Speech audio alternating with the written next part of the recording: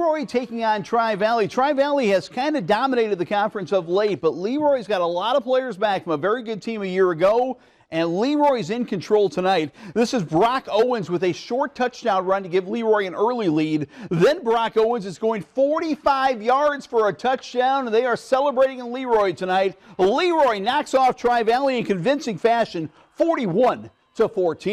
Hayworth is a winner on the road down at Macon Meridian. Hayworth got the running game going for the new head coach, Coach Godfrey. Braden Lash with a nice run right here. Later it's going to be, there's Coach Godfrey. He's got to be happy with this. Later it's going to be another nice run by Braden Lash right here. And then Braden Brucker is taking it to the house. And Hayworth's coming home 2-0. A great win for the Hayworth Hornets. We head to El Paso Gridley, El Paso Gridley right here. El Paso Gridley taking on Casey, and they're going to get a nice 25-yard kickoff return right here by the special teams for El Paso Gridley.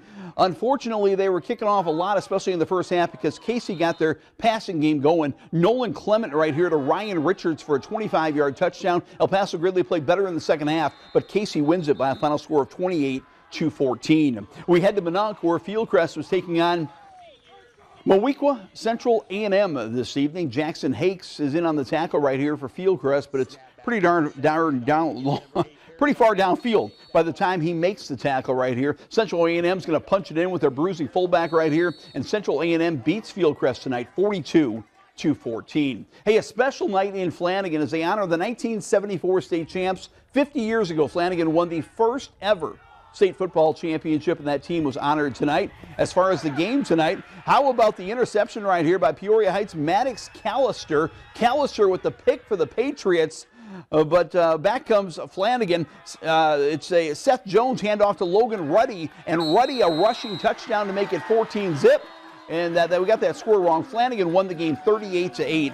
Flanagan wins the game 38-8. Over Fieldcrest. All right, rivalry night in Livingston County. The Prairie Central Hawks and the Pontiac Indians, no matter what sport it is, when the Hawks and Indians get together, it is special, and that's the case tonight. Here come the Pontiac Indians onto the field tonight at Williamson Field out there in the Illini Prairie Conference. Dalton Steininger right here, the 30-yard touchdown pass to Tegan Fair as Fieldcrest goes up 7-zip. Prairie Central then is going to execute some special teams right here as this ball is going to be mishandled by Pontiac, and Caden Schultz is flying downfield. That was kind of night it was for Prairie Central. The Hawks are all fired up, and they're winners in this game 37-7. A great night for their quarterback again, Dalton Steininger, with a terrific night. Bloomington Central Catholic coming through the smoke on their brand new turf field as they take on Rantoul. Big night for Sam Keller. Sam's going to say hello on a short run here. Then he's going to say hello to our camera as Carter Landry throws him a great block right there. He gets outside Carter. Sam Keller's going to see the 25 Sports camera, give us a little wink right here. Touchdown, Bloomington Central Catholic, and we're not done. Keller's going around the other sideline here for a long score. Bloomington Central Catholic runs their record to 2-0. Keller a little fake to the inside, take to the outside, and that artificial turf works well. Look at him pick up the speed on the turf. The Saints roll to a big victory over Rantoul. IVC taking on Monticello. IVC down at halftime, but making things happen. Bryce Ratcliffe to Brendan Coventry for the short catch. And nice run by Coventry for the touchdown for IVC. IVC then executed an onside kick, got the ball back, and this time Bryce Ratcliffe's calling his own number and scoring another touchdown. We got you both IVC touchdowns, but as you can see by the final score, Monticello scored a whole bunch of touchdowns as well. Monticello here on the quarterback option, and year after year, the Sages of Monticello are one of the area and state's best. They're winners tonight, 52-14. Now to Starr County for another huge rivalry and a battle of perennial powers. Anawan-Wethersfield really expecting a great season in Tucson, or actually in Wyoming. So battle of the Stark County Trojans tonight. Watch right here, Anawan-Wethersfield trying to score first. They throw it towards the end zone. Somehow, Blair Daum intercepted that ball. Look at that. Blair Daum says, I got the ball, and indeed he does. Later, it's Chris Barnwell going inside. Chris Barnwell stepping outside. Chris Barnwell stepping to the house. Starr County, what a win for my favorite Iowa Hawkeye, Jade Nord.